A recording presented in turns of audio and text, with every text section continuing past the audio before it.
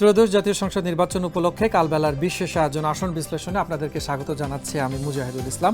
বাংলাদেশ জাতীয় সংসদের ৩০০ আসনের মধ্য থেকে নির্বাচিত একটি আসনকে নিয়ে আমরা প্রতি পর্বে আলোচনা করে থাকি। আজকের আলোচিত আসন হতে যাচ্ছে ৩৯ নম্বর আসন বাংলাদেশ জাতীয় সংসদের, যেটি বগুড়া ৪। বগুড়াতে মোট ৭টি আসন রয়েছে এবং বগুড়া ৪ আসনটি আমরা তার মধ্যে তথ্য আপনাদেরকে জানাবো, এর ইতিহাস, এর সার্বিক বিশ্লেষণ, প্রার্থী প্রতীক সবকিছুই আমাদের আজকের আলোচনায় থাকবে। বগুড়া ৪ আসনটি বগুড়া জেলার কাহালু উপজেলা এবং নন্দীগ্রাম উপজেলা নিয়ে গঠিত। এই আসনের ইতিহাস আপনাদেরকে একটু জানাতে চাই। ১৯৭৩ সালে বাংলাদেশের প্রথম সাধারণ নির্বাচন যখন অনুষ্ঠিত হয় তখন বগুড়া ৪ সংসদীয় আসনটি তৈরি হয়েছিল। এটি বেশ প্রাচীন একটি আসন বাংলাদেশ জাতীয় সংসদের। ২০০৮ সালের নির্বাচনের আগে নির্বাচন কমিশন ২০০১ সালের আদমশুমারির প্রকাশিত জনসংখ্যার পরিবর্তন প্রতিফলিত করার জন্য নির্বাচনের সীমানা পুনর্নির্ধারণ করে এবং এই কারণে ২০০৮ সালের এই নির্বাচনে এই আসনের সীমানা পরিবর্তন হয়েছিল। সর্বশেষ যে আপডেটকৃত তথ্য রয়েছে যে ত্রয়োদশ জাতীয় সংসদ নির্বাচনে এখানে কতজন মোট ভোটার আছেন সেটি আমরা এক নজরে দেখে নেব। মোট ভোটার আছেন ৩,৫৯,৫২৩, যেখানে পুরুষ ভোটার আছেন ১,৭৮,৯৮৫, মহিলা ভোটার আছেন ১,৮০,৫৩০, অন্যান্য ভোটার আছেন ৮ জন। মোট প্রার্থী এই আসনটিতে, বগুড়া ৪ আসনটিতে এবারে প্রতিদ্বন্দ্বিতা করছেন ৪ জন, স্বতন্ত্র প্রার্থী 0।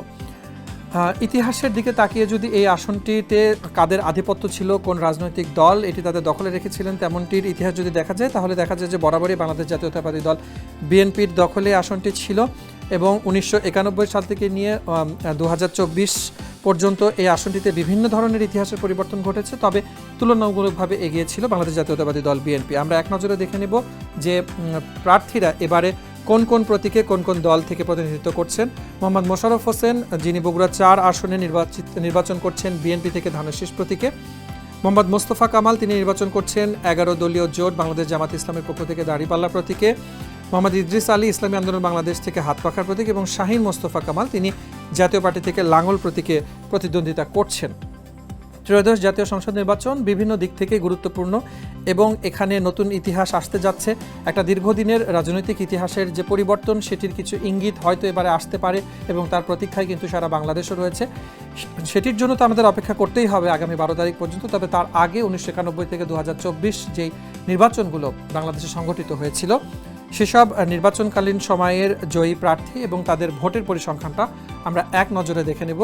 ২০২৪ সালে রেজাউল করিম তানসেন জাসদ থেকে নৌকা প্রতীকে নির্বাচিত হয়েছিলেন, তার প্রাপ্ত ভোট ছিল ৪২,৭৫৭। মোশাররফ হোসেন বিএনপি থেকে ধানের শীষে নির্বাচিত হয়েছিলেন ২০১৮ সালে, তার প্রাপ্ত ভোট ছিল ১,২৮,৫৮৫। একেএম রেজাউল করিম তানসেন, যিনি ২০১৪ সালে জাসদ থেকে মশাল প্রতীকে নির্বাচিত হয়েছিলেন, তার প্রাপ্ত ভোট ছিল ২২,২০৩। আমরা ফলাফলের ২০০৮-এর দিকে দেখি যে এটা ZIM মোস্তফা আলী, যিনি বাংলাদেশ জাতীয়তাবাদী দল বিএনপি থেকে ধানের শীষ প্রতীকে নির্বাচিত হয়েছিলেন, তার প্রাপ্ত ভোট ছিল ১,৩১,৪১৪।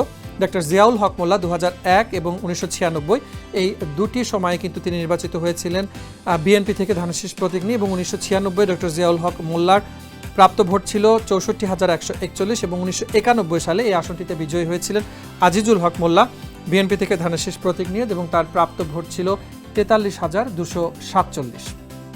আসন ভিত্তিক বিশ্লেষণের আজকের পর্বে এই ছিল আমাদের যাবতীয় তথ্য এবং আয়োজন। দেখা হবে নতুন একটি পর্বে বিস্তারিত আরও নতুন কিছু তথ্য নিয়ে। সে পর্যন্ত কালবেলার সাথে থাকুন।